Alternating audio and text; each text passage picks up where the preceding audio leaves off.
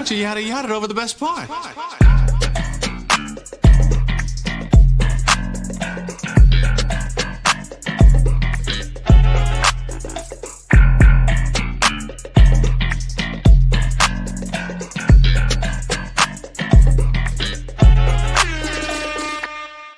Yeah, ladies and gentlemen, welcome to another episode of the Yada Yada Podcast. It's the kid Joe Cornell coming to you live for episode 145. Black Hyphy couldn't be here today, but as always, he's with us to the spirit. And today we have Nelson in the building, and of course we have the podcast MVP himself, Sebastian. Gentlemen, another Sunday in Kansas City, man. How we feeling? Good. I hear me too. That's what's up, man. The feedback's feedbacking. Yeah. But we're good, man. Yeah. It's been a long weekend, low key. It has. Halloween fell on a Friday. Halloween fell on a weekend. Yeah.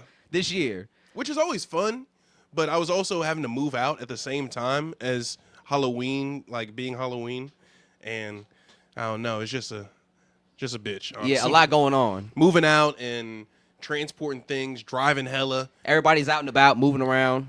Traffic. Busy. I'm tired. You feel me? Get out the way. Yeah. Get the fuck out of the way. Yeah. So, but all in all, good weekend. Yeah. Good weekend. What about you, Joe? Oh, I've had a great week, man. Just got back from New York. Went to New York last week. Great time, man. Ran it up once again. Beautiful trip. This time out there, I got to go to SOBs, the legendary SOBs. Oh, hell yeah. A legendary music venue in New York City where the who's who and the superstars of today went to New York, performed there, and really cut their teeth in New York and got their names known there. So it was cool to be in that space. I got to see... Sorry, I'm also a little under the weather. But I got to see Malaya. Yeah, she's did an interview with them. Yeah, man, she was an up and coming Detroit artist, and she's like currently, at a nice spot in her career. She just did it On the Radar. She's had a big year so far. So her trajectory is like really going up right now, and so I got to catch her at a great time. It was my first time seeing her perform, first time SOB, so it was a great moment. Got to see Geogenesis, who's really cool with Ashawn out there. He's really dope as well, great R&B singer. So it was just cool, man. First show SOBs. Is she a rapper? She's a singer and she raps. Okay, word. Yeah, so she's multi-talented. Multifaceted. Yeah, she does it all, man. So that was dope. I got to go to OK Player, which is a legendary hip-hop media outlet. Yeah. Yes, created in 1999 by Questlove. The Roots. Damn. Yeah, so Questlove actually started it as a way to keep fans up to date with the Roots at the time. But then it just grew into something bigger and became like this hip-hop media outlet that it is today. So I got to go there, see the offices. Shout out to Peter Berry for showing us around. Hell yeah. That was hella dope, man. Got the link up with Andre G, Low. Like, it's just dope, man. It's just good to go out there, be in the New York energy, bask in it, continue the connections I made, make new connections. So, like, it's dope, man. It was a lot of fun. I'm always inspired when I come back. Because it always shows me how close I am to actually getting to that level. And, and people out there were speaking really highly of me, man. Shout out to Peter, man. He took me around the office, OK Player, everybody he introduced me to. He spoke very highly about me to them. And I was like, man, this is really dope, man. Yep. So it's just cool to know, like, I can go out there, make connections with people in the media field that are a higher level than me and be able to connect with them and, just bond with them. So that's always a good time. Man. That's a lot of fun, man. Great New York trip. Great New York trip. Looking to do it again, man. Big things popping. Little shit stop. You know how it go. Bro, when you were out there, I DM'd, for the audience out there, I DM'd Joe.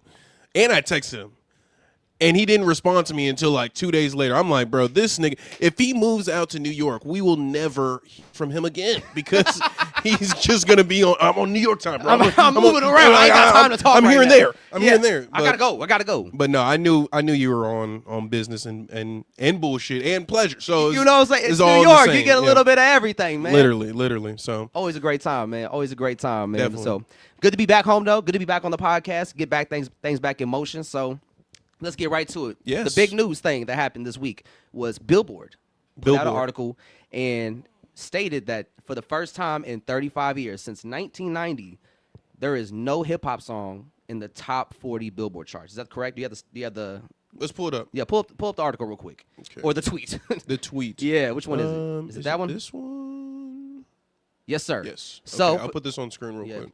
Pull that up real quick. Producer Nelson. We're in the game. You know what I'm saying? Getting his money's worth today. Nah, for real. Earning his We're money not today. even going to tell him about the journey the quest that I went on. The today. quest love he went on today. But shout out to FK. Yes, sir. Thanks for coming through for us. But here it is. It's on All the right. screen. Big the screen up a little bit so I can read it. Oh, okay. There you go. Here we go. So, Billboard said that there is no hip hop / rap songs in the top 40 on the Billboard Hot 100 for the first time since February 1990, ending a streak of 35 years, 8 months, and 3 weeks of October 25, 2025. So now the discourse around this is that Billboard not being, or hip hop not being in the top 40 of the Billboard charts for the first time in 35 years, is people are having a discourse around like, is this a bad sign for hip hop? Is this shows hip hop on the decline? Is hip hop dying? And let me get your opinion on that first. What do you think when you see that statistic? Before I speak on it. Well, personally, I feel like numbers and just hyper fixating on that being the marquee like stat For success. Is fucking up every facet of music. It's not even just hip hop. So that's the base level where I'm looking at it. But ultimately, if you look at 2025 and think that hip hop's on a downward spiral, I don't think you've been paying attention to the right artist or the right music that's been coming out, because this has been a great year for hip hop. Or you don't pay attention to music in the right way, because you are so analytically driven as a fan that if the numbers don't show success, then you're like, oh, that was a failure of a project. But no, that project was a high quality music project. Just because it doesn't sell a lot or didn't sell like a number you think is successful doesn't mean it's not a great album or it's not successful in its own right. Exactly. And that's the thing about hip hop. Hip hop started from the people. From rebellion. Like people that didn't have a voice, that wanted a voice and wanted to make music that represented them and where they come from. Yes. Like it was always about the people accepting the hip hop and hip hop being for the people. Like it was never started because of corporate. It was never a corporation thing. Yeah. It didn't start from business offices. It started from the streets. Yeah. The Bronx. And I think that numbers really shouldn't be the driving force of context. It should just add as a support almost. Like it should take a back seat. And the art should be in the forefront. And if it sells a lot, then that just kind of adds to the argument of this being a great album. But it legitimizes that. Yeah, but even if it doesn't sell a lot, that doesn't mean it's not a quality body of work. Like the clip sold 89,000 copies, I believe, for the first week, or maybe 100,000. And you know, it's not a lot, but they still got number one, I believe. I think it still went number one. Just looking at like the So Be It record, right? Yeah. When that first came out, it wasn't on streaming, but they were running it up on the number side because it wasn't on streaming. It was just on YouTube. Like it was doing 1 million views a day. Literally. So that just kind of, enhances the statement that that's one of the best songs of this year, best hip hop songs at least. And this has arguably been one of the best hip hop years of the decade so far. That's what I'm saying. Coming off of 2024 too, and carrying that momentum into this year, and we had a huge year from a bunch of different artists, from Larry June, 2 Chainz, The Clips, Chance the Rapper. Yep. Who else? Tyler the Creator. JID. Yeah. Tyler dropped. Wale about to drop. Like it's been a great year for hip hop. Wiz Khalifa put out a great album. Kush No J too. That's like one of my favorite albums. Jay Worthy just put out a great double disc album. The Cool Kids. Yeah. You know, Ty Faison, No Limit TC. Like this has been a great fucking year for hip hop, and it's always been dictated by the people. It's never been relying on Billboard charts. Like a lot of hip hop classics have never been on the Billboard charts or never charted crazily. Like I don't think Can't Tell Me Nothing ever charted top 40. Yeah, man. Like it's just bullshit to use numbers and metrics as that to be the driving force in conversation. And maybe what it is that the mainstream audience is getting bored of mainstream hip hop. Maybe. And that's why, like that, I think that side of hip hop may be on the downside, like mainstream pop hip hop, like in just records that are made for radio from hip hop standpoint. But I think those who are like true fans of the genre and of certain artists that carry the genre with a passion and have respect and homage for the art craft, those are the ones that are going to thrive. Because they're already making music just for the sake of making high-quality hip-hop music because they love the genre so much and what it's done for them. Mm-hmm. They're not doing it just to, like, make money off it. Like, a lot of artists that get into hip-hop, especially in the last 10 years, have did it because it was a good hustle. Yeah. A quick hustle to get money. I think that was near the tail end of the 2010s, really. Yeah. Yeah. Like, because the 2020s, in my opinion, have been about, like, the resurgence of artists that we maybe forgot about or people have been, like, capping on. And they put out a body of work that really put them back into conversation. Yeah, and we've been seeing that a lot. Chance the Rapper. Yeah. Put himself back in conversation. The Clips. Yeah. 12, 13-year hiatus. Chance the Rapper. Last album was like 6 years ago. Yeah. Put out a great album this year. Yes. Like Wale's about to put out a phenomenal album again. Like the artists that are really about the art form are always going to thrive because the fans that love hip-hop for hip-hop and not because it's like the cool thing in pop culture are going to be the ones that are always going to support it. It's almost like superhero movies in a sense because there's been this whole thing about is there superhero fatigue? Are superhero movies like as profitable as they once were. And granted, maybe 2025 wasn't the litmus test that it could have been, but Superman was a great movie. Like Fantastic Four, people still like that movie. You know, like there have been some good superhero movies that have come out this year. So it's almost like maybe it's not for mainstream audiences, like you said, anymore, but like people are still going to go to the theater. People are still going to entertain these hip-hop albums and records that they want. Because they're a fan of the actual genre. Exactly. They're not a fan because it's the cool thing to be a fan of right now. Exactly. And that's the thing. Like, those who are just a fan of it on the surface level, of course, they're fickle. They're going to move on to the next big thing. That's what they do. But those who love the genre and help the genre get to where it is today, like, they're going to stick around. Yeah. And I think it's even better now that we are just kind of, like, seeing hip-hop maybe have a little bit of a downward trajectory on a mainstream level success-wise, because then that means people that are actually going to be involved with hip-hop going forward are people that actually care about the genre and want the genre to be pushed forward and prosper. Everyone else that's leaving was just there for a quick dollar. Yeah. And that's the beauty of it. It's like, okay, let's get all these vultures out. Let's get all these people that just wanted to be greedy and The make party's money off dead, it. man. The party's dead. Like, that shit's not lit no more. So it's like, now it's really coming back down to, like, what are you saying that's resonating with your fan base? Exactly. Because, like, you know, it's almost hard now with social media and whatnot, where it's like everybody just has their own niche market now, like, which is good. Niche is good. Because Because you can really build up your fan base. And I think now that's what it's going to come down to, because, you know, we'll hear people say, I've never heard a Doechii song before. Yeah, I've never heard it in the club. You know what I'm saying? It's like, okay, I just don't know how it's possible, because she just won a Grammy. She's had a huge year. But it's like people live in these individual worlds now. Yeah. And so as an artist in hip-hop, you can just, it's easy for you to develop your own fan base and build off of that. Yeah. And then as you grow, like, your fan base will grow, and eventually you could hit that next stride in the hip-hop tier. Yeah. You know what I'm saying? So, but right now, it's just thriving for... This is the perfect time for underground artists to, like, make their name and build up their legacy, because it's like everybody's looking for something fresh, something new. I agree. Message. I agree.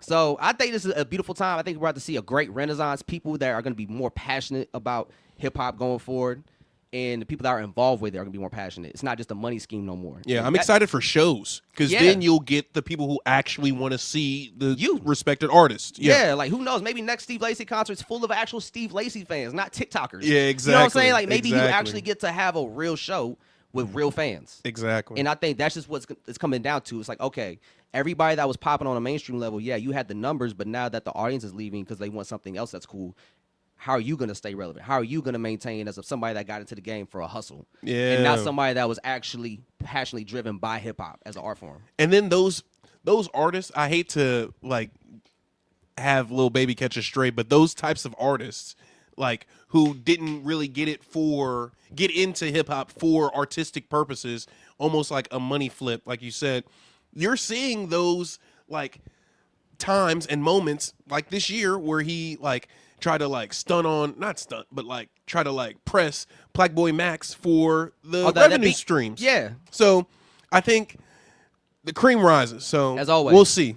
Yeah. So I don't think it's a bad thing by any means. I think it's going to be one of the most exciting time periods we're going to have in hip hop if this downward trajectory of mainstream success continues to go down for the genre, because I think just the art form itself is going to thrive. Man, like pay attention to good music. Exactly. And it's so much of it. There's Literally. so many great artists that dropped great albums this year that there's really no reason to complain. If you're complaining, it's like you never were actually a fan. You just want to bitch and moan and just talk bad about the genre. So you just want to talk numbers. Exactly. And numbers, those numbers ain't going into your pocket. So why are we does it matter to hyper-fixating you? on that? Yeah, Exactly. why does it matter to you? It doesn't. It doesn't. The art is what matters. Man, hold on. Message. There we go. And that's why we here, man. Now, for real. That's why we here, man. Because, like, man, being in New York, I love New York because it really, truly embodies the spirit of hip-hop, because that's where hip-hop started. Yes. And so when you out in New York, you really just feel the energy of just hip-hop everywhere. Yeah. And that's why, like, going to New York, I always love that, because I go there and I leave with more appreciation for hip-hop. Mm-hmm. And so it really bothers me when people just use numbers and metrics as a rule of success of hip hop, and like, if it's going down, then hip hop's dying, and if it's going up, hip hop's the best. Like, I just think people are drawn to the wrong things with hip hop sometimes. Man, let's not act like just because something sells a lot, Means that doesn't mean that it's good. there's been a lot of trash shit that sold a lot. Literally, bro. Literally. Gangnam Style was one of the the most streamed songs on YouTube ever. it might be on like 5 point something billion views. Ain't nobody playing that shit in this house. Literally, bro. We're not playing Gangnam Style. Just because it was popular doesn't mean it was great. Literally. And just because it's not popular doesn't mean it's trash either. Exactly. Just focus on the people that you like, that make good music to you, and everybody will be all right. Yeah. We ain't got to worry about these Billboard metrics. All that shit doesn't matter anymore. That doesn't pertain to us. Literally. And it's never really mattered to hip-hop. Ever. Like, Billboard wanted hip-hop. Man. Because hip-hop became so popular that they had to acknowledge hip-hop. Exactly. The Grammys had to acknowledge hip-hop after a while. Like, Exactly. hip-hop has always just done its own thing, and everyone else just gathered around it and followed its trajectory to try to figure out, like, why is this thing so cool? Why is this so popular? Like, what is it about this genre of music that everybody's drawn to from all walks of life? Because it speaks for the people. Speaks for the people. It's a genre of the people, man. So it never needed Billboard success. It never needed none of that shit. It's always been about the art form and from the people's standpoint. Man. Message. Yeah. So shout out hip hop, man. Shout out hip hop. Shout out everybody that we mentioned that has dropped phenomenal projects this year. So, yeah. Yeah. So let's get back to more hip hop news. So something that happened over the week, Cameron Yes. made headlines because Cameron is suing J. Cole. Yep. Hold on. Where's it at? So let's see. I have it pulled up right here. Did you send that to me? Did I send it to you? I don't think so. Well, I have a tweet pulled up right here. Okay. So J. Cole is reportedly being sued by Cameron over the 2024 collaboration Ready 24, according to TMZ. Cameron claims he only agreed to appear on the track after Cole promised to either feature on one of his future songs or appear on It Is What It Is, his sports talk show with Mace. Over a year later, Cam says neither happened and alleges he was never properly compensated for his contribution. Now, I've been seeing a lot of people talk about how is this any different from what Drake's doing with Kendrick Lamar and Not Like Us, right? Whereas this lawsuit, It's not the it's same not the at same all. thing at all. It's not the same at all. Because this was a legally contracted obligation. Yep. Like that was on paper, signed, and agreed upon between the two parties. Yep. Cameron was going to get a feature from Cole for a project or appear on his talk show. He hasn't followed through with that obligation yet. And it's Hasn't been done over anything. a year. Hasn't done any of that. Yep. So this is why he can legally take him to court and it's not like a frowned upon. Yeah. What Drake did was some bitch shit because they wasn't a lawsuit to begin with. Like that wasn't a contract signed obligation or nothing like that. That was just To Drake do and a beef. yeah, like that was just Drake and his feelings. Yeah. This is actually like a legit argument and a real legal argument you could argue upon. Yeah. So And it was an agreement between two parties. It's not like if I slander your name, you can't, sue my job for employing me. You know what I'm saying? Like, yeah. It's not the same. It's not the same, man. So I didn't. It caught me off guard at first, Yeah. but it's just been funny trying to see people spin the narrative of like how's this different? What Drake's doing then? Like, why are y'all not mad at Cameron for suing J. Cole? It's like, well, because J. Cole didn't hold up his end of the deal. Yeah. Cameron did. J. Cole never followed through with his. He wasn't even asking a lot. Give me a feature or appear on my talk show, man. Like, All you had to do was just show up on the show up on the podcast, bro. yeah. So- But J. Cole been inside for like a whole year. Has he? I thought he put out something this year. Did he? Did he put out something this year? I don't know. You know how I feel about Sebastian, you're the J. Cole fan. Did he? Sebastian's drop looking it anything? up. Didn't he put out that one song that fucking flopped in the spring? I don't know. Did he put out a song this year? Or was that last year? Man, I don't know. It's been a long year for J. Cole. It's been a long year. It's been a long fucking year for J. Cole. Let's see. I'm about to see right now. Did he drop anything? He dropped Clouds in February this year. What the hell is that? Was that wasn't one of the bonus tracks for the Forest Hills Drive, was it? No, it's a new song. Okay, so that was a song he dropped this year. So let me ask you this: do you think he drops the Fall Off before this year's over? I don't know. Maybe. Did you expect him to? Do you think he originally expected to go this long without dropping the Fall Off if that beef never happened? Or does that album drop sooner if that whole situation never takes place? Because it seemed like everything was leading up to him to drop that album perfectly. Because his feature one was going crazy up to that point before the beef happened. I don't think he drops last year. Like that was never the plan to drop? No, because maybe it was because Dreamfest. It was Dreamville Fest. Dreamville Fest was his last year. You're So right. Maybe and it was that. And he did drop Might Delete Later last year. It might be in that. It seemed like things was leading up to like for the Fall Off to drop later that year, but then the beef happens like immediately right after Might Delete Later drops. So I don't know, man. And then I didn't expect him to go like a whole nother year without dropping an album either. Maybe I don't know. Maybe he just needed a year to cleanse. Like, you know. I mean, he's in an odd predicament though, because of what he did in that beef in that moment and backing out and all of that. So it's like, now, what is your real approach to the fall off at this point? I'm seeing a lot of people come out and being like, I respect what J. Cole did back then. But then when it was going on in the heat of the fire, nobody said shit about that. Yeah. Nobody said that. It wasn't until after the beef was done, we're like, oh, I get it now. Like, bro. But it's like, shut up. That was your moment to prove that you were the best rapper. Yeah. And since you decided to not do that, you can't take I'm the best rapper approach now. Because you showed us in the moment where you had a chance to prove that, you didn't want to step to the plate. You stepped back, which is fine. You let them two battle it out. But now you can't come to me talking about how I'm the best rapper and anybody that stepped to me is getting eaten alive. Like, no, you can't say that. Bro. So now that you can't say that, what's the next approach you're going to take on your album? Like, what's the next thing you can do that's going to win us all over again and get us back on your side? Does he need to do that? I mean, no, because J. Cole is somebody that doesn't need, like, the casual fan because his fan base and his following as its own thing is already so big. Yeah. Like, J. Cole fans are going to ride for J. Cole regardless. And they're going to see that in numbers every time. I agree. But it's just like the other fans that were maybe casual fans or like kind of like still trying to decide how they feel hip-hop about him. fans. Hip-hop fans, yeah. Yeah. People that just weren't his, like, cult following fans. Mm-hmm. Yeah, I think that's the crowd he's not going to win over anymore. I don't think he needs to win those people over anymore. And I think that him doing what he did during the beef really showed that he doesn't care about people who aren't going to understand him anymore. Yeah. So, a lot of things happen in 2024, man. He, didn't he sell out, or not sell out, pardon me. He sold Dreamville, though. He sold the record label. Yeah, to like another record label. Yeah. Yeah. So, I don't know. I feel like if you do that, I don't know if you're going to drop an album too. Why not drop the album before you did all of that? Yeah. Yeah, I'm just so that the rate is higher. Yeah. I don't know. Because it kind of seemed like he's setting everything up to officially bow out after the fallout. If that's still the plan of him like retiring or the fall off. Because you had the last Dreamville Fest last year. You just sold Dreamville or, to another record label to run it. And so the fall off is the next album, which is supposedly like your last album. And on top of all that, there was still like label drama between him and Ari Lennox. Yeah. Like I don't think Earth Gang's on Dreamville no more. Oh wow. If I'm correct, if I remember correctly. Okay. Yeah. So like Dreamville's like everything around J. Cole seems to be like transferring to other parties, so he can like bow out gracefully. So I'm just kind of curious to know like how is he gonna be able to have his final send off, given everything that happened in 2024, how he handled it, and like where he is now. I like don't know, how do you go out? How do you ride off into the sunset after what you did?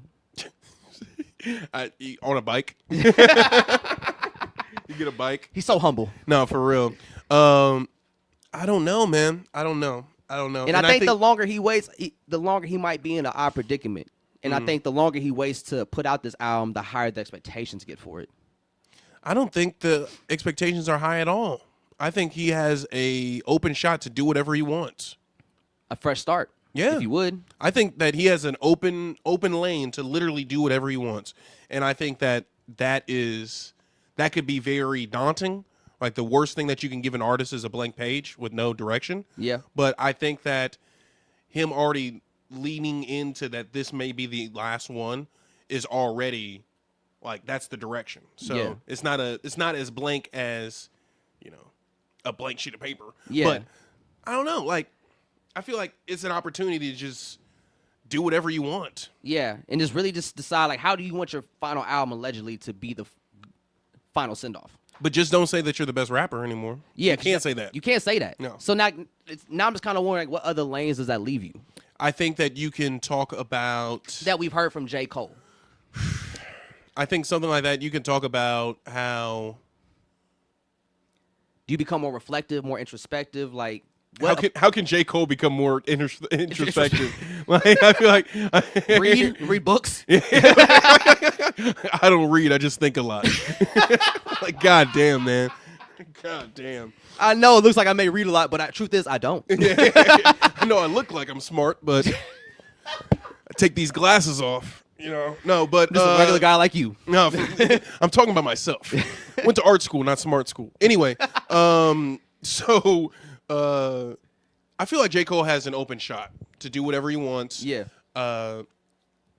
I wouldn't drop. I would drop something else before you drop the Fall Off. Yeah, like an EP or something. Maybe get the features back. Yeah. Back and popping. Maybe do a collab album. Well, he's been doing features, and remember he did the Future feature after the beef, and then he did the what feature? The Future feature. What song is that? It was on. I think it was on the second one they did, Red Dress or something. I have not heard that song. Yeah, it was. Yeah, it wasn't. I wasn't that great Okay. by his verse, but he did that one, and he did the Grippy verse. Oh shit. So those are the two features we got. Yeah, you need more. Yeah, You gotta cleanse the palate a little bit better. but if Chance the Rapper can do it, I think J. Cole can definitely do this. Yeah, but Chance the Rapper wasn't enthralled in a beef. No, he wasn't, but how he won fans over was like focusing on his pen. Yeah. Doing a lot of writing exercises and stuff like that to win his fans over, to show like, yeah, I've been working on my pen. Mm-hmm. So I think if J. Cole just shows us he's been working on his pen and show us how his skills have leveled up since the last time we heard him rap, I think he'll start to win us over again. So he needs basically a 3-year rollout like Chance did.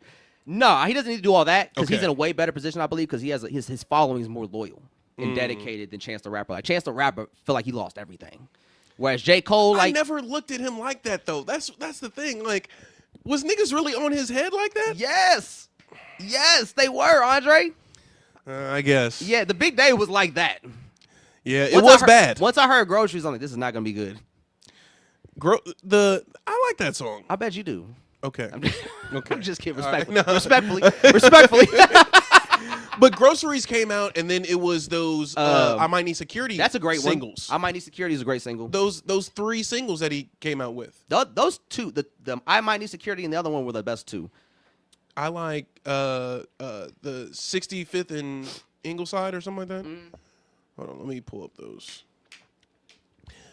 But J. Cole might need that. He Yeah. might need a 3 to 4 year cleanse. And the thing about Chance the Rapper's writing exercise is that he wasn't rapping about being like the best rapper or being the best rapper out. He was showing how great of a rapper he was through his writing about what he was talking about and how he was speaking about these subjects and these topics. Damn. Okay, so we were wrong. So it was the Walla Cam workout and the 65th and Ingleside came out in 2018. Okay. And then Groceries came out in 2019. Ugh. And I don't have anything from the big day. So that was 19, right? Yeah.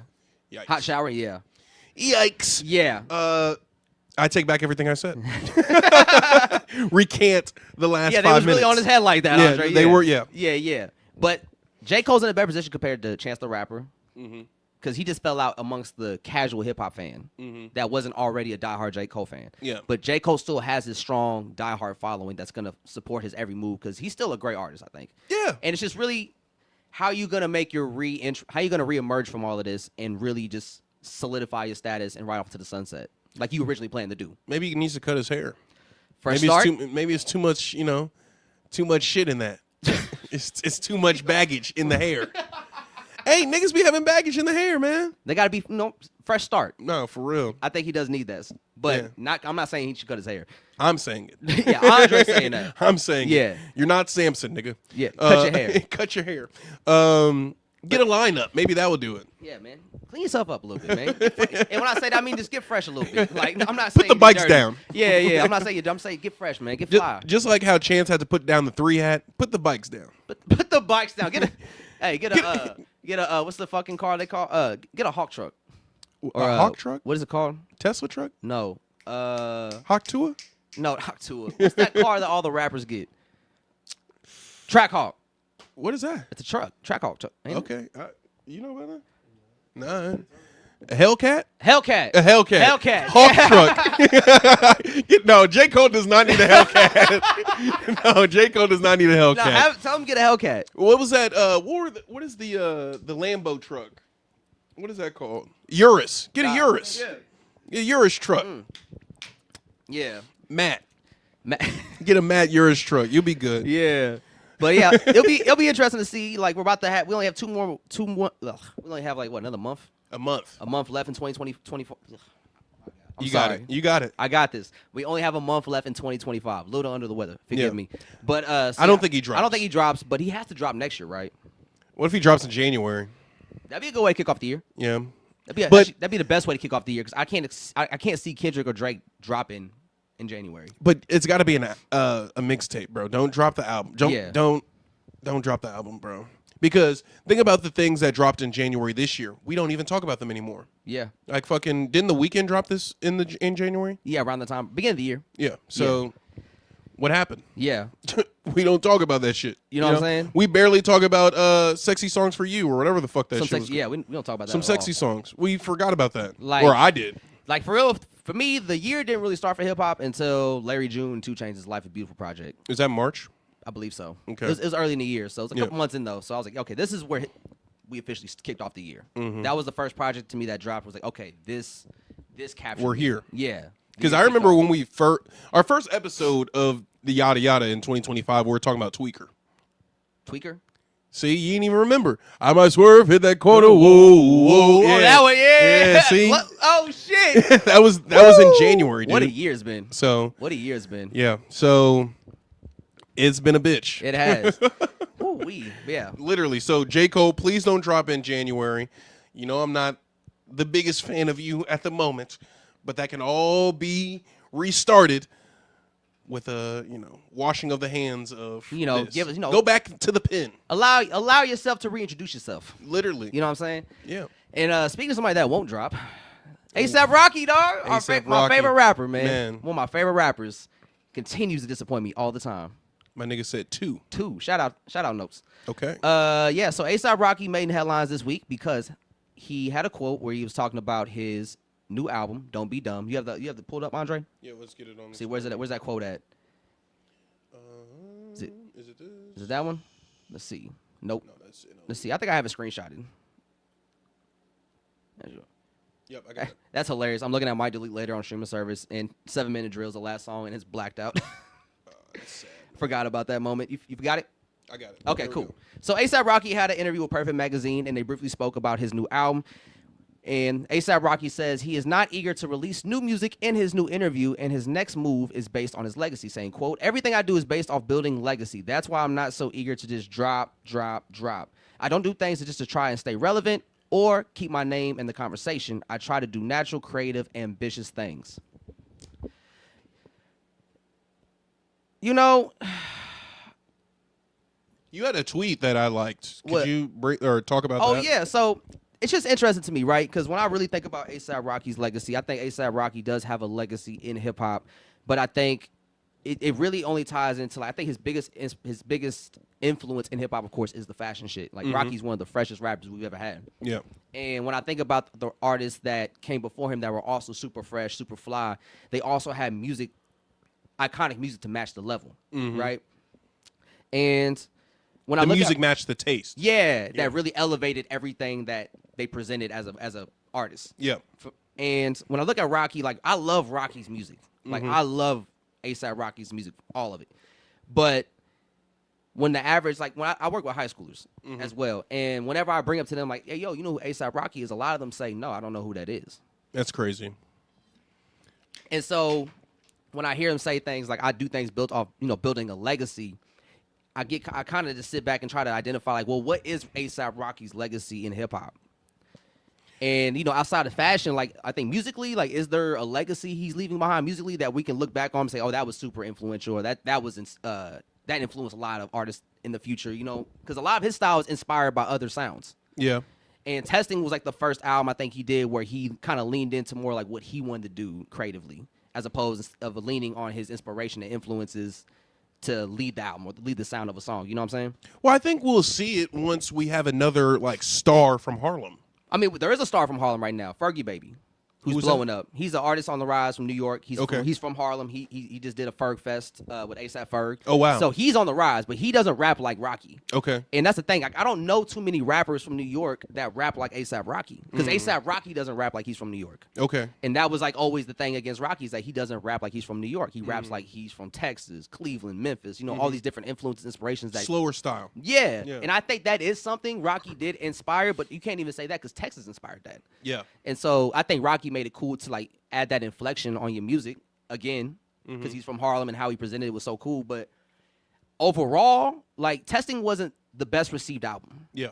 And that's the last album he left on. And I think that's such a interesting note to leave on your legacy. I think, truthfully, what it is, I think maybe Rocky's heart isn't just in rapping anymore. Yep. And that's okay. Like, I'm not knocking him for that. He has a lot of great things going for him outside of music, and if his heart's not in it, that's fine. I think he should just be more honest about that.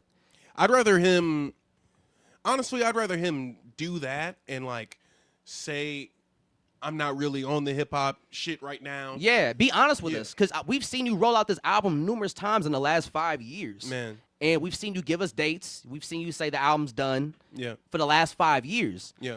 And I think what happens is, like, he's been putting out these singles over the years that just don't really connect in a big way like that. So he kind of sees the fact that there's not excitement like that for his new music. Mm-hmm. And he's not connecting and resonating in that regard anymore. He announced Don't Be Dumb on Amazon Music in 2022. You feel me? So, I mean, Here we are. Literally, almost 4 years later. So if it's like you're not eager to drop anything, what was the last 5 years for? Yeah. What was like all those Lucy's for then? Like, why did you shoot a video out here? I take the Lucy's. Yeah, because I I like I'm- Babushka Boy. Hey, bro. That's my bitch. I love that song. Like, You I'm didn't a like fan. that. No, you didn't like that I song. didn't like it at first. I like the video a lot, though. Okay, okay. And Rocky's, and that's one thing I like about Rocky too. Like, I love Rocky's creativity when it comes to his music videos. So I wanted more of that. Yeah.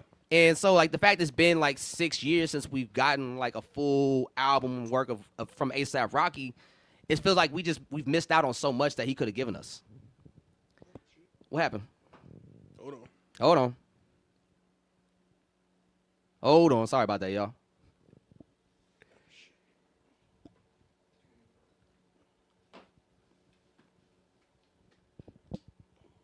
Got it?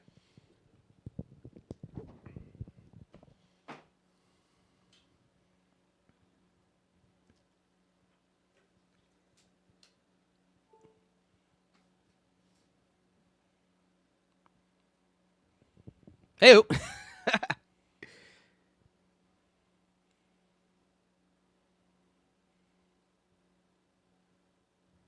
There we go. All right, and we're back. We're back. All right, A$AP. Yes, I always felt like since A$AP Rocky was such a great visual artist to me, I always loved seeing him shoot music videos for his songs. And since we've only gotten select songs here and there the last few years and not like the full body of work, I feel like we've missed out on so much of A$AP's prime creatively as an artist. Yeah. Maybe that's the play, though. Maybe that's the play of I'm going to put all my effort into these songs that I really like, put a lot of effort into the music video, make them interesting enough to where you run that music video up and up and up and up to where you want to listen to the song again away from the music video, and it's easier to get hella streams on one song than it is to get hella streams on 12 songs. Yeah. But maybe that's the play. Maybe that's what he's running. Almost like a pseudo Frank Ocean. Yeah. I don't know. It's like maybe all the songs he puts out is the album. Hey. But you know, I just... Maybe we're dumb. Yeah, and don't be dumb. That was the whole point of the album. Don't be Literally. dumb. Don't stop waiting. The album's right in front of you. Literally. Yeah, but it's I just don't know, man. I just feel like the passion for hip-hop with Rocky isn't there anymore. Mm-hmm. And if that's the case, I'd rather you just tell us that so we could all move accordingly and not have this false hope of this album coming out. Because I think the longer you wait, the more expectations you're going to have for it that you're not going to be able to realistically reach anymore. I don't think the expectations are there anymore. I think that people will stop caring. I mean, he's pump faked so much that he has killed all hype for the album. Literally. Like, you can only do this rollout so many times before we're like, all right, bro, we give up. Man. And it's very clear that Rocky's more passionate about other side projects right now than music, which I totally understand. Yep. But it's just disappointing to me as a fan because I feel like Rocky still has so much more to give. And I think he still will give us more hip-hop music. Mm-hmm. At least I hope he does. Mm-hmm. But right now, he seems very happy just being a father, which by all means. Good. He just had another one. Yeah, you know what I'm saying? Salute. Congratulations to that. And, you know, you got Rihanna as your wife or your lady. So, like, life is good for him. What is that, common law? What? Like when they together for so long that it's already legally married? Yeah. Yeah, so. So, like, you know, shit's looking good for him. He ain't got no reason to rap. Rap and being an artist is a full-time job. Mm-hmm. And I can see him not wanting to go away for a long period of time from his family to just be an artist if he doesn't have the full passion for it. So I'm just a little hurt as a fan. And that's why that's where my frustration comes in from. Especially with this last weekend on Friday. Celebrating the anniversary. It was the 2011, so it's 14th anniversary. Oh wow! Or the 13th anniversary. Let's see, 2011. 14, yeah. 14th anniversary of Live Love A$AP. Yes. A$AP Rocky's debut mixtape, man. Hey, drop a bomb for that right there. That's a motherfucking classic. Oh my God, man. when I first saw that Peso video and he walked out that corner store saying, I be that pretty motherfucker, Harlem's what I rep in, my life changed. 'Cause I was like, who is this guy? Bro. He was like the coolest rapper I've ever heard up until that point. Where did you see that music video first? The internet. The internet? I Yeah. saw it on MTV too. Or You saw it on MTV MTV? Jams. Yeah, I saw Nice. it on TV first. Damn. Yeah. I saw that on YouTube because I used to be heavy on the hip-hop blogs, Two Dope Boys and whatnot. And actually what got me into A$AP Rocky was the same day his mixtape dropped, Lloyd Banks dropped Cold Corner 2, and I was like super into Lloyd Banks during that time. So I downloaded Lloyd Banks' mixtape first, and he had A$AP Rocky featured on a song called Make a Stack. And when I heard that song and I heard A$AP Rocky rap, I'm like, yo, this dude nice. Yeah. Because I've been seeing his name all over the blogs up to that point. And so I went to YouTube, looked up the video, saw Peso, and I'm like, yo, this motherfucker is different. Raw. Like, and he just, the way he rapped just felt so cool, and it sounded so fly. Like, he just felt like the coolest rapper we've ever seen. That Peso sample, I don't think I heard a song up to that point that was so... It's weird to me because in my head, it relies on the sample, but it also doesn't. It's like... It's so unconventional. It's just the melody of the sample. Yeah, it's so unconventional that, like, you gotta fuck with it. And, like, I love that song, it's the SOS song called No One's Gonna Love You. Yes. And it just samples the beginning of it. Like, that's just the beginning part of it. And I think how they flipped it was so well done because it's just very mesmerizing. And how they used that sample, they slowed it down. It gave it, like, a nice, slow, lean feel, which is, like, you know, the Texas influence. Literally. That came in, man. And I just thought his style was so fresh to me because it's like, oh, you're from Harlem. It's one of my favorite boroughs in New York. I love a lot of rappers that come from there, but you have your different swag to you where you rap like you're from Texas. You flow like you're from Cleveland with Bone Thugs. You use Memphis samples. Like, it's just all these different sounds and regions in one New York artist. And as a New York artist at the time, like, that was groundbreaking. It's very rare that you get a song like that so early on in an artist's career that almost embodies everything that they almost have to offer. You know what I'm saying? As an artist. Yeah. That you got all your influence, inspiration in one song. So, Literally. like, you're showing everybody in their first introduction what you offer as an artist. And what it's going to be like. Going forward. Yeah. This is the standard. Because you had Peso and then you had Purple Swag. Exactly. And those were like the only two videos we had at the time. And those songs were huge on YouTube. Yes. And see, that was another thing. Those songs never charted on the Billboard charts, but those were still huge hits in the hip hop community. That music video is the first time I saw somebody roll weed. I'd never seen that before. And they blurred it out on MTV Jams. So I was like, Which one? On Peso? yeah. So Yeah. I'm like, what the hell is that? So then I look it up on The hell is that? I look it up on YouTube. I'm like, oh shit. Yeah. Like my eighth grade brain was like blown away. I'm They're like, rolling weed. fuck. Can't let my mom see this. Yeah, for real. But yeah, man, like, that was such a fun time, man, because their movement was so organic and just so fun to be around because it just felt like this was the biggest movement to hit hip hop in a minute. And it was Yeah. like a whole collective of it. And how they move was so dope, man. It's like has some real No Limit vibes to it, but they're from Harlem. Like, they had all black on, like Raider Clan. Like, it was really dope to see, man. Rocky was one of the coolest rappers that I've ever seen blow up on the scene because he embodied everything that makes rappers cool. Yeah. From, like, their swag, their style, their fashion, how they Youth. talk. Youth. Like, he Yeah. was like 24, so he was like the popping in the youth. Like, that was such a fun time. And I think that's where A$AP Rocky's legacy lies is in that mixtape because that's his classic. Yeah. And you had a classic right out the gate. I think is the Live Long ASAP or The second one? yeah, the Yeah, second, at Long the Last album, A$AP? Yeah, at Long Last Yeah. ASAP. I think that's a classic too. I'll give it a that had classic. fucking problems on it. No, you're talking about the album. Yeah, the album. Oh, the debut album. yeah. Okay, That's yeah. what I'm talking about. No, because I think that's Long Live A$AP. I said Long Live ASAP. Oh, you're right. You're right. Yeah. I was thinking of the second one. yeah. Yeah. This album is a classic. The first album is a classic. I don't know. Would I give that a classic? I think it's like maybe I'd give it 4 mics out of 5. I don't know if I would give it a full classic 5 mic rating because I do love that album. Let me look at the. Bro, I'm glad that Travis Scott took that $sign out of his name because it's just so hard to look up. And Let's when see. you looking up, All right. looking- So I'm looking at the album right now. See, Goldie, come on. I bro. love Goldie. Goldie was classic. Fucking Problems, I'm not too big on fucking problems. I Fashion never, Killer.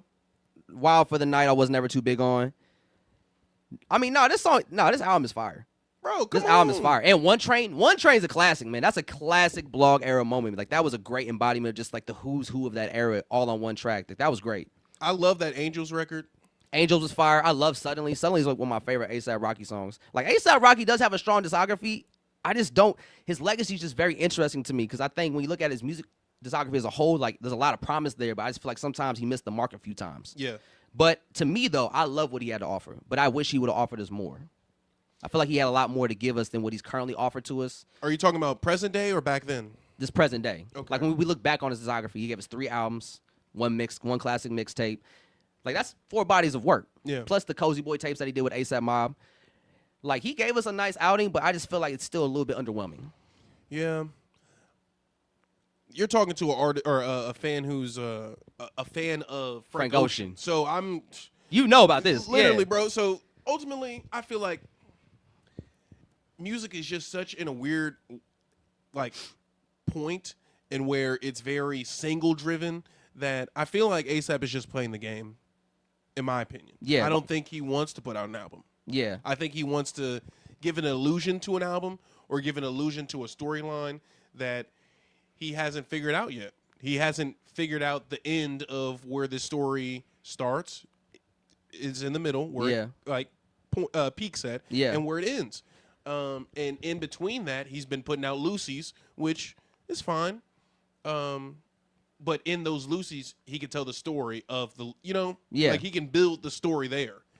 And I don't know. Yeah. I feel like he's just playing the game. Yeah, I mean, he could be playing the game or he could just be completely tapped out.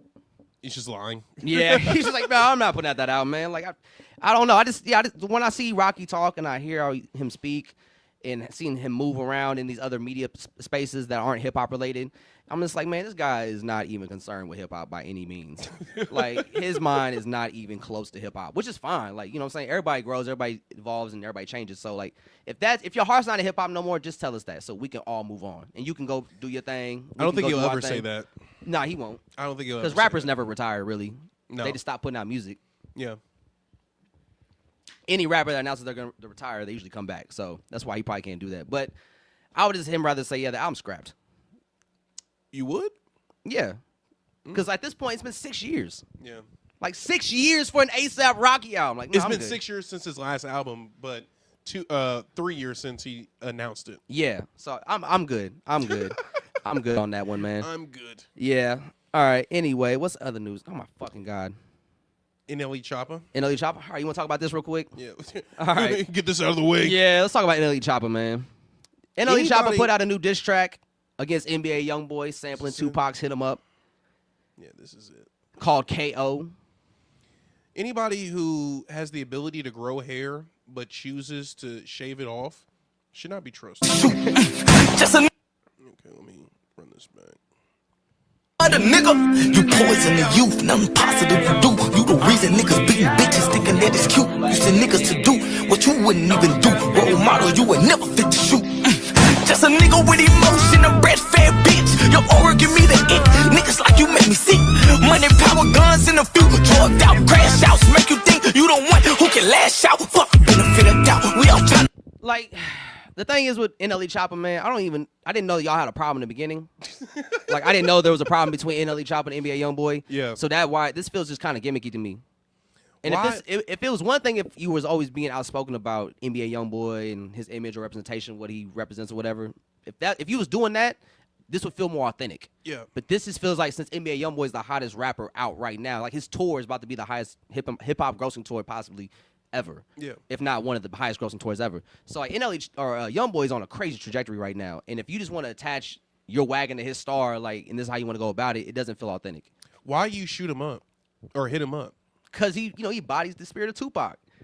Bro. That's why he's bald. He's going through a Tupac phase right now. Dude, like, you're from Memphis, bro. Like, stop.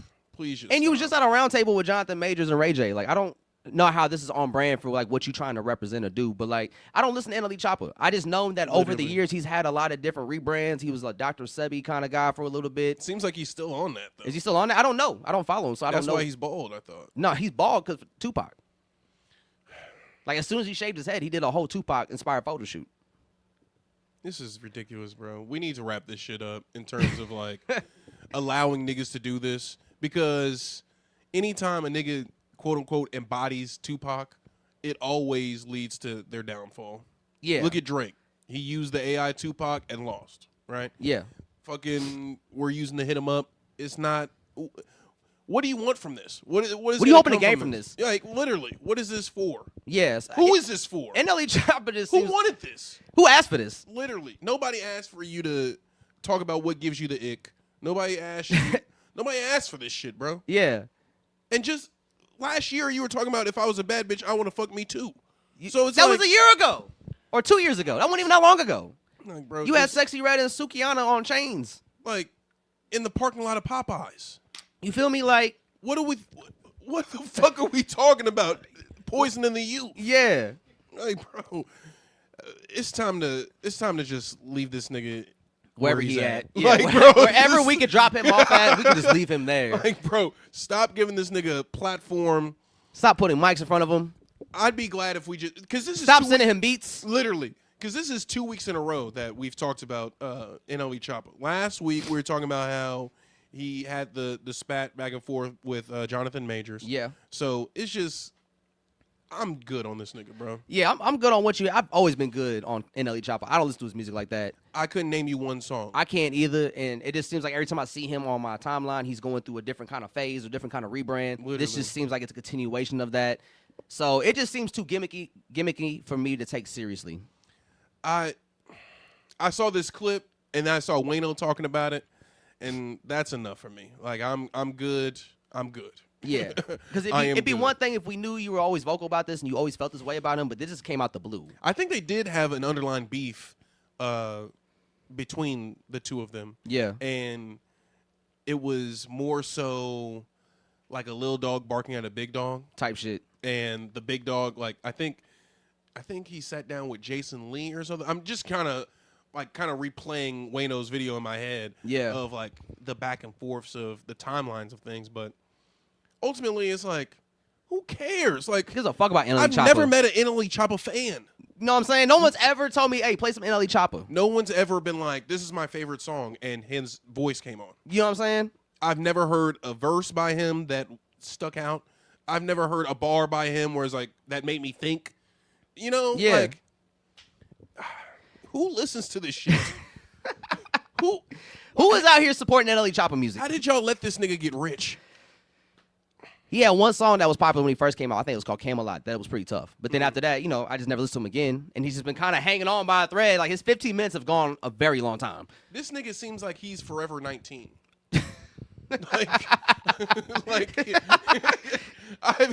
like, grow up. Like, who gives a fuck? Man.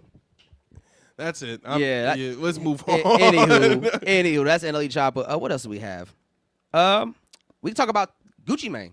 Oh, yeah. Yeah, I got Gucci that. Mane, man. He went viral a week ago during our week off where he went on The Breakfast Club and spoke in depth about his schizophrenia that he has had his whole life, that he started taking more seriously, I think, when he got out of prison the last go-around. His wife's been very supportive of that. Mm-hmm. And so we got a little clip of Gucci Mane talking about being diagnosed with schizophrenia and how he's been handling it since getting the diagnosis.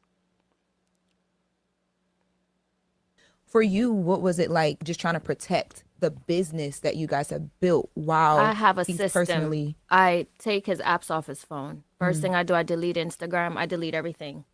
Even if I got to change his password, I'm changing it because I don't need the public to know he's having an episode. You realize you'd never know about any other episodes since September 13th because I control that. Because you're not going on Instagram, you're not going on Twitter, it's deleted. And I just control everything at home. And now before the episodes come, I catch it. So that's why he hasn't had another one. And how you catch that is he doesn't speak to you. He wants to be left alone. He don't eat. He does not sleep.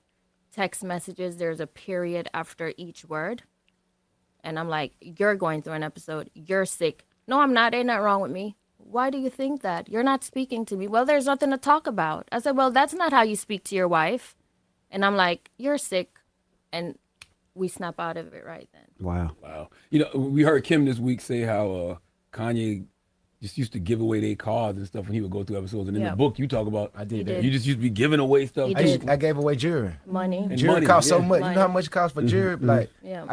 I would give my friends jewelry, and like they know I went well, they'll take it. Damn. They take That's why, advantage of you. I felt like, damn, they know I was something's going on with me, but they'll take it. So it's like, when I got out of jail, like I cut off all my friends, my old friends. I'm like, damn, they were taking advantage. I wonder what the psychology is behind that. Like, why when you going through an episode, you feel give away money and I don't know. You don't care You're not about in your nothing. mind because the money don't. It's not. You kind of like in a warped world. It's almost like it's a psychosis. You know what I'm saying? It's not. You dealing with stuff like you hearing voices. Yeah, they have voices. You know, and you hearing voices too. Like it's telling you to. You know, you might think that Charlamagne trying to. I might think that you trying to fight me. You ain't even did nothing. We be like, bro, I ain't did nothing to you. What's wrong? Like I be like trying to fight you, Charlamagne. Like you did this. You know what you did? You stole something from me. And you be like, bro, I ain't stole nothing from you. But in my mind, I'm like, it's the truth. So that's what I used to deal with. How did therapy and the self-work change your relationship with anger? And like, do you still wrestle with that same inner voice that you talk about throughout the book? I don't. I don't. It's like I seen a therapist. I gotta so taking medicine that prescribed for me, what she thought, and it worked. And I haven't had any other problems. All right. You know, I always Man, W wife, W Gucci Mane, and W therapy, man. Shout out to all of that, man. Because listen, I think that interview is super important, especially in the hip hop circles, because it allows us to actually humanize these artists. Yeah. And when we see artists And conditions. And conditions, yeah. Because, you know, Gucci comes from a rough upbringing. Yeah. You know what I'm saying? Gucci's talked about the shit he saw as a kid growing up and how that affected him. And he never knew at the time, but then, you know, as you get older, and he's like, oh, that's what that was. And now that he has the knowledge and, you know, he knows what he diagnosed with schizophrenia, like everything is able to make sense for him now. Yeah. And it's like when we saw Gucci have these classic moments that we love Gucci for from the past, it's like, that was probably him having an episode. Yeah. Like when he pushed Shorty out of a moving car, like that might have been an episode. Yeah. Like when we have these classic Gucci moments that we like to like herald and laugh at and keep near and dear to our hearts as the classic hip hop moments, like, yeah, those are entertaining to us, but that was harmful for what Gucci was going through. He was going through it. Like that classic Twitter rant, like, yeah, we found that entertaining and we called it a classic Gucci rant, but he was like, I don't remember none of that. Literally. I was having an episode and I had to apologize to all the people once I got out of jail and hope they would accept it. Yeah. And so, like, I really do salute Gucci for going through with that and just being brave enough to speak on that. Yeah. And just say, like, yeah, that's why I'm not the old Gucci Mane no more. Because, you know, people want to say Gucci's a clone because he doesn't act like the old Gucci. Because, yeah, he has medicine now. Yeah. He knows why. He has the tools to combat what that was. That behavior. Yeah. Like, back in the day, he didn't know what that was. So, like, he was talking about in that interview how during that mixtape run when he was just dropping music like crazy and making music like crazy, he was like, it's because, you know, when you're having an episode, like, you just lock in. Like, you don't sleep, you don't eat, you just, like, work. And you lock in, and that's what I was doing. So that's why, like, I don't do that no more because I'm not moving like that no more. I don't live like that. I have my medicine. I'm not having episodes anymore. I got my wife. I got my wife. Like, I'm in control of me now, so, like, I don't move like that no more. So that's why I don't put out as much music as I used to. Yes. Yeah, so, like, I think that it's great, man. And I love that Gucci was, like, one of the ones that was, you know, able to talk about this because he is Gucci Mane. Yeah. You know what I'm saying? Like, his presence early on in his career was so, like, lourish. Yeah. And he's a prominent figure within the black community. So yeah, especially from Atlanta too. Exactly. So if somebody comes out and says, people, I feel like schizophrenia specifically is like a scary one. It's one that like, oh, he hears voices, he got demons or something like that. That's something to ostracize somebody for. Like shame him for it. Literally. So I think that with him like championing therapy, championing familiar support, family support, medicine. Yeah. That does wonders for what we have in our community and the what am I trying to say? It combats the stigmas of that in our community. Yeah, of receiving help for your mental health. Literally. Yeah, because, you know, that was one of the things, like, Kanye was very against when he was having his episodes during 2018-19. He's like, I don't want to take the medicine they give me because it makes me feel numb. Yeah. And so, like, he stopped taking his medicine, which is, like, something people that are diagnosed with bipolar will do. Like, they don't want to take their medicine no more because they don't feel nothing, and then they'll start having episodes. And I think we've been seeing Kanye have episodes for, like, some years now. And so, like, I think Gucci coming out and telling us this and showing us what the signs look like and what to look for in people that may be schizophrenia, like, allows people that have that to have more grace and be more brave. Like, yeah, I have schizophrenia. Yeah. I need to get help to get it under control. Or maybe they'll know, like, oh, maybe that's what that is. Because I don't remember doing none of this crazy shit that people told me I did. Yeah. Even with people, like, within family settings, girlfriends, boyfriends, like, schizophrenia is something that can be developed. Like, you're not necessarily born with it. It could, like, occur. Yeah. Within your lifetime, just, like, be stigma, like so. Yeah. His wife, showing that and being that pillar of support and being that pillar of understanding and reasoning, it helps the other side of people who are lovers, family members, friends of people that may have schizophrenia. To show that it's possible, to show that you can love somebody through that and love them with that. Yeah, and know how to talk to them. Exactly. And that was like one of the things his wife talked about in that interview, was just like knowing how to talk to him when he's in these episodes and standing her ground. Because, you know, when he, like she said, when he has the episode, he gets very mean and says demeaning things to her, and she has to just like know, like, hey, this is an episode. Yeah, he this doesn't is what's mean going this. on. Yeah, and she knows how to handle him. Exactly. And I think it's really dope of Gucci for him to allow his wife to be able to have that kind of control over him during those moments, and just like know, like, you know, regardless of what I say, like, you in the right. And let go of self. Yeah. Because that could be, even with gender roles and like relationship dynamics, you could be very self-centered in that, like, no, I'm not gonna let this person have all this control over me. I'm not gonna let them have my phone or go through this. Yeah. And so that's very powerful. It is, man. Especially because it's, like I said, it's Gucci Mane. Exactly. Like the lore of Gucci Mane explains itself. So just for him to be this person in 2025 and just be like, yeah, my wife got my back, and you know. Because with people with schizophrenia, like that's something so heavy that it could end relationships. Yes. Especially like with lovers or your family members. Depending on how far you go with it too. Like when you're having an episode. So you really need somebody strong in your corner to stand their ground when you have those moments. And for Gucci to have that and it be his wife, like, it's an amazing thing to see, man. So salute to Gucci Mane and his wife. Shout out Gucci. 'Cause that's beautiful, man. Shout out love. Shout out black love. You know what I'm saying? And Shout out mental health. Man, shout out therapy. Like, it's so great, man. That's why I always got pissed off when people would say Gucci's a clone. Yeah. Since he got out of jail. Because he doesn't do wild shit no more. Like, what do y'all want this nigga to do? Yeah, you want him to wild out? Throw Literally. people out of moving cars again and shit? Bro, Like, shoot people? Like yeah, like Gucci doesn't want to do that. This nigga's not a GTA character, bro. And I liked how he talked about at the Versus when he did the Truth song with that, what talks about him killing Jeezy's homeboy and all of that, like the Jeezy diss track, right? Yeah. And is it Tuka or not Tuka? That's Chicago. It's something Loke. Something. Nah. Bro. I don't know. I'm not saying it's not Tone Loke though. No, it's something Loke. He said smoking some Loke pack or something. Fuck it. Yeah. Keep going. But if you remember that Versus, like Gucci did that song, and you know, like the whole room went up because it was like, whoa, how's Jeezy gonna react, because this is gonna determine where this night goes from here. And Jeezy was like, pretty much took like the mature approach, like, hey man, like I'm not even on that kind of energy, man. We here for something bigger. It's all about, you know, representing this music, coming together as a community, as Atlanta, as a city, and showing them that, you know, ain't no problems. I mean, we grown men, I get money, all of that, you know, that kind of speech, right? And Gucci said in that moment he realized, like, damn, like Pookie Loke. Okay, yeah. I knew it was something Loke. So he was like, damn, when I heard that, like that was the best response he could have gave, because like in that moment I was so worked up, like I could have had an episode or something along the lines of that. Like, if he would have responded in a negative way to my response, like I would have snapped. But since he responded so maturely and grown, like I really appreciate that looking back on it, because like that's what I needed to hear. Man, and that's growth. Exactly. That's what we want in our legends. That's, you know what I'm saying? I want Gucci Mane to get old and be healthy and take care of himself. I don't want Gucci to have a lean gut up until he's 60. Man. Like I don't need that. And if Gucci could turn his life around and live a better life than he did before he went to prison last time, then that's the goal. That's the niggas goal. Want growth. Niggas want progression. Yes. We can't. If Gucci came out of jail doing the same shit that got him in jail the last 5-6 times, y'all would have called him a dumbass for living the same way that he was living before. Yeah. It's a lose-lose. Yeah. But in this case, it's a win-win, because he had support in his corner and he was able to grow from the ashes that he had. Yeah, and he was able to get back on his feet the right way. Literally. And had the right people around him, man. So salute to Gucci. Man. Salute to his Shout wife, out man. Gucci. Hold on. More applause. You know what I'm saying? There it is. And actually, real quick before we wrap this up, man, I want to give a shout out to Kodak Black. Okay. Because he put out a new album this weekend. I think it was on Halloween, I believe, called, what's it called?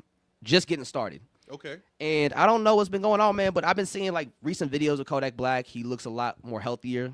I think he got a haircut. I saw in a video I recently saw with him and Jeremy Heck. Like Kodak had a haircut. He looked clean. He looked sober. And I think he mentions on this album that he's no longer on drugs anymore. Whether that's true or not, I don't know. But he does sound very focused. And man, you know, Kodak Black is really an interesting artist, because I don't agree with what he does outside. He has a lot of, you know, a lot of things attached to his name that I do not agree with or stand by any means, man. But as an artist, Kodak Black is truly a special person, man. Yeah. I think this new album just really highlights that, because his ear for production is amazing. He has some really great melodies, and he knows how to rap really well. Like Kodak Black is truly a generational rapper once a beat starts playing. No, for real. And it's like no matter how low he is in his personal life or how high he is, literally and metaphorically speaking. Yeah. He's always a great rapper. Hell yeah. And he does a great job of displaying this on this new album, man. He has a song with Don Toliver that goes absolutely crazy. He's got a song with Pharrell called Mumble Rap that's fucking fire. Like, he's rapping alongside with Pharrell. Pharrell popping his shit. Like, he got a song with Chance the Rapper, Still Get Chanel. That's really dope. Okay. They sound really good together on that song. Definitely gotta check this All out. Black Rolex, man. What you seen? Who you seen tonight with Don Toliver? I'ma Shoot.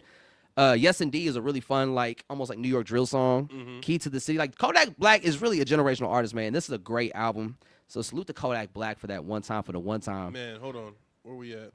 We're gonna drop a bomb for my nigga. You know what I'm saying? Shout out Project Baby, man. No, for real. Holding it down. Dude, I hope he is clean. I like that. I like that clip of him where he's like, "I'm not a Project Baby anymore. I'm a suburban." Oh Where he yeah, has the I'm a white glasses man. on. I'm a suburban. I'm Bill. Yeah. And then real quick, man, we gotta talk about the Cash Money No Limit verses that happened. Okay. So I haven't got the chance to watch the whole thing. I have seen clips about it though. Yes. And so I think this verse is was similar to that regards of the Dipset versus the Lox verses. And when I say that, I mean like you saw the difference between camaraderie and just what's business. Yes. Between the two crews when you saw the Lox and Dipset. Like the Lox is the brotherhood. Dipset was just, hey, we got together again for a bag. And it showed when it was time to perform. Yeah. And when the verses, No Limit and Cash Money verses started, Lil Wayne wasn't there and Turk wasn't there. Yeah. So they didn't have everybody from the roster there, and they didn't have all the hot boys. Mm-hmm. No Limit came through, man. Snoop Dogg pulled up to the No Limit Yes. verses for No Limit. You know what I'm Yeah. saying? Like everybody was there that could be there. C Murder wasn't there, obviously. But like those who could be there were all there. And you saw No Limit look like a unit. Yes. And I think that shows you the difference between the foundation that they were built on as record labels and businesses. Like No Limit was such a family organization that like when it's time to celebrate that moment, they all show up for it. Even Snoop Dogg. Yeah. Whereas when Cash Money tries to have that moment together, somebody's always missing for some reason. Yeah. There's always some kind of turbulence going on in Cash Money with Birdman and somebody else in the crew. Yeah. And so Wayne not being there, Turk not being there just really hurt the camaraderie look for Cash Money. Yeah. And I think Cash Money did good. I think they did good. But from what I've saw, like No Limit had that motherfucker hype because they had everybody there that to embody that real No Limit energy that they had as a unit back in their prime and that they recaptured. I feel like this should have happened in New Orleans. Where was it at? In Vegas? It was in Vegas for Complex Con. Oh, was that Complex Con? Yeah.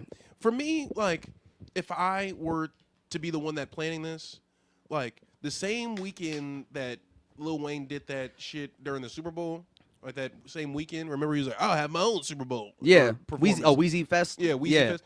Why not just do it then? That would have been great. Yeah. And apparently Wayne wasn't there because he was sick. Or that's what BG said. Oh, my God. But, like... Why not do it last year on some All-Star Weekend shit and really celebrate the people that you want to celebrate? They were all on Jay-Z and Rock Nation's ass because of what they thought was favoritism. But yeah. Why not just do it yourself there? Like y'all can do it, yeah. So I don't know. I think it was a missed opportunity. But it made No Limit look good. Yeah. Because you saw, just how No Limit moved, man. Like, everybody that was a part of that movement, like, really loves and appreciates what they contributed in that time. And so, like, when it's time to get together as a unit, they love that moment. Exactly. Cash Money still hasn't had that moment. Yeah. Since Turk got out, like, Cash Money has not all been together once. Like, the Hot Boys have never been all together at once. Like, they've never had the whole original crew together at once. So it's like they still can't get shit right. Like, there's always something going on between the artist or Birdman and whatnot. So... It could have been a lot bigger moment if Wayne was there and Turk was there, because we still yet to see a full Hot Boys reunion. Yeah. So it's just really unfortunate that the moment wasn't as big as it could have potentially been, and it kind of falls on Cash Money not being as solid of a family or as a unit or as a foundation compared to No Limit. Because even though No Limit had their issues internally, like everybody was able to make up when it's time to make up. Yeah. Whereas when it's time to get a bag, they got a bag, and they're gonna be happy about it. Exactly. Whereas Cash Money's like, bruh, you still owe me a little bit more of a bag from the past. Like, type shit. Or you tried to take money from me in the past. Like, why would I want to work with you again? But, it's unfortunate. But shout out to No Limit, though, man. Shout out to No Limit. I'm glad No Limit got to have a moment. Shout out Complex Con. And Complex Con. You see Trap Lord Ross get pressed? Yeah, I did. What do you think about that? By the UK men. Yeah, the Mandem. Yeah. I think it's valid. I think that you can't... I think that when you're in this content game and you're capitalizing off of things that aren't in your control, like you making a video about how somebody in somebody else's crew is a killer, and then you come face to face with that killer, you're going to have to deal with that killer. Or you tell them that you try to make videos about why this person isn't a gangster like they say they are. Yeah. And it's like, most of the times the artists themselves aren't the biggest gangster in the crew. Yeah. Somebody else in the crew is the biggest gangster. Literally. And it's because the art, like Wayno said, the artists aren't going to usually be the ones that put their hands on you. It's going to be somebody from the crew that's there to protect the artist. The artist ain't the only one who got hands. You feel me? So Word to Atlanta. Yeah, shout out to Atlanta. No, but my thing is like, if you're going to make content about people who be outside, and you go outside without security or the proper means, don't be surprised when you get pressed outside. And don't let no jumper gas you up to thinking you invisible, bro. You are not invisible. I think, like, when I watched Wayno's video about it, and he showed me an example of the Big U video where he had, like, the Mariners hat and the Dodgers jersey on. I was like, see, you're not even from America, and you kind of making fun of the American culture, and you still have to go to these places. And when he made a video about who killed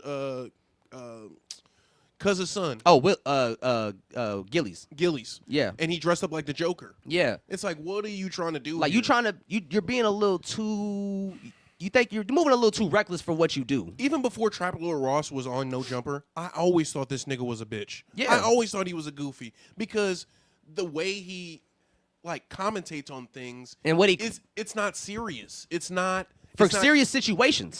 For life and death situations. Like if Gilly saw Trap Lord Ross, he'd have to slap him off GP just because you think shit's that funny. Bro, my thing is just like, why are we giving anybody just license to talk about anything within our culture? Like, just because you have a microphone and a camera and you can use Google really good doesn't mean that you are valid enough to speak on these things. This is street politics you're speaking on too. Literally, like, bro. I don't know. That's the way I'm always so shocked by how much that shit's allowed within the members community, you could say. Yeah. When it comes to people like Trap Lord Ross or Adam 22, because the way I grew up was like, if you're not involved in the street life, you don't speak on street politics. You can't just talk about that shit. Like, that's why, like, when we talk about the Nipsey shit, I don't speak about what happened with the Nipsey happened. I just say, yeah, he got killed. If you want to know more information, like, go look it up. Literally. I'm not qualified to speak on street politics. So it just be mind blowing to me when I see somebody like Trap Lord Ross be so comfortable doing it and then go into these neighborhoods in LA and being welcomed and not feel threatened. Like,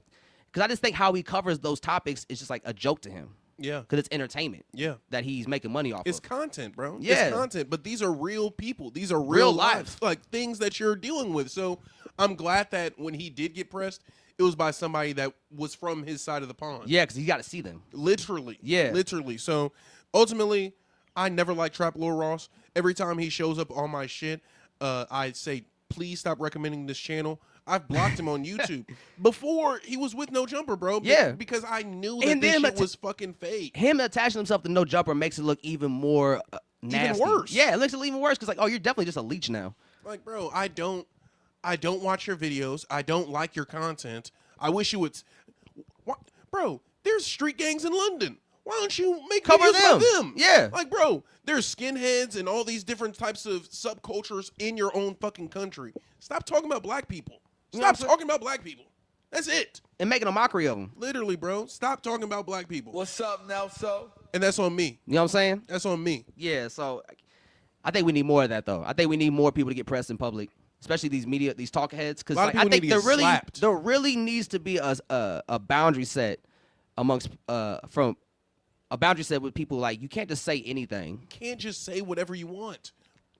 Yes, freedom of speech exists. Yes, but you're going to have to deal with the consequences of what you say. You can still get hit in the mouth. Literally. You know? And so, yeah, I think we do need more of that. I think more people do need to get pressed so that way we could really just watch what you say on these live platforms, because sometimes people get too gassed up, like Flacco. I saw some shit Wayno was talking about with Flacco. If Flacco was talking about, I got a gun now, so anybody can run up on me. I'm ready to catch a body. And then what? Yeah. And then what? You think you're the only one in LA with a gun? You think that just because you have a gun that gives you the license to kill a nigga? Like, no. Like, see, that's how you know somebody's a nerd. Because, like, if you get a gun, you be like, ooh, I can't wait to get a first body. Like, yeah, bro, you got a gun for all the wrong reasons. Bro. And you gonna actually fuck around and find out. Talk to somebody who actually killed somebody and ask them if they still wish that they killed them. Yeah, Gucci Mane got PTSD for killing Pookie Loc. Like, bro, he talked about it numerous times. Like, bro. Like, that shit is not something to glorify. Like, at all. at all. And you in LA trying to antagonize gang members? Talking about he's the biggest in LA. Okay. Like, okay. See, all right. like, yeah, okay. So that's why I feel like you gonna be on the biggest shirt in LA too. No jumper been protecting Flacco for way too long. Bro. Flacco should have been got slapped. Man. But ultimately, you know how Adam works. He wants these crash dummies to crash out, especially on his cameras, so he can monetize it. And it's just bullshit, bro. I've been on that fuck no jumper shit since he exposed House Phone. We saw what he did to 4 Extra. 4 Extra blew his hand off, and he ain't been on no jumper since. Literally. So it's all a game to these white people. It is. I'm tired of it. We got one last clip. Joe had never seen this. Oh, yeah. clip. Yeah, let me see this one. Andre was talking about this clip earlier. Let me see. Okay, so here, let me share this. Can you? Oh, what go? Where we at? There we go. How the fuck do you do it? TikTok. Come on, man. He's gonna have to let it start over, ain't Yeah, you? literally.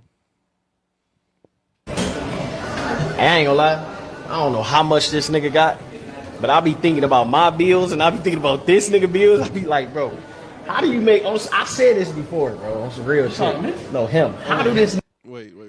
It's not on the screen. Hold on. Oh, you ain't got to share it on screen? It's not on screen. Here it is. There we go. There you go. Oh, you just had it. Bro, come on. There it is. I ain't gonna lie, I don't know how much this nigga got, but I be thinking about my bills and I be thinking about this nigga bills. I be like, bro, how do you make? I said this before, bro. On some real shit. No, him. How do this nigga make money, bro? Come on, man. Nigga, fuck you, nigga. Nigga, fuck you. Nigga, fuck you. I'm talking about him. Fuck you. Bro. No, I'm not talking. I'm talking to him. Bro, I be thinking about that all the time where niggas be like, you talking about me? I mean, no. Or like when somebody's waving and they think they waving at you. Like, oh, nigga, fuck you. I'm talking about my man's back there. Literally. Get the fuck out the way. Man, so on that note. Man. Woo, that's episode 145. Yes, of the Yada Yada podcast. The Chiefs about to play the Bills. Who you got? Definitely the Chiefs, nigga. What the hell? What the fuck? Fuck Josh Allen. Nah, for real. Fuck Josh Allen. We got about 2 minutes until the game is on. So I'm perfect timing. Perfect timing, man. Hey, thank y'all for rocking with us. We a little under the weather today. Yes. Allergies are kicking our ass, but we're going to bounce back next week stronger than ever. Until next time, y'all. It's the Kid Joe Cornejo. Wait. What? Podcast MVP, what we doing? Who the MVP? Is it the man once again? I think it's the man once again. Hey, y'all, once again, as always, Sebastian! Podcast MVP once again, man. We couldn't have done it without you, Sebastian. On God. Until next time, y'all, it's the Kid Joe Cornejo, Nelson, Sebastian. This episode 145 of the Yada Yada podcast. We out.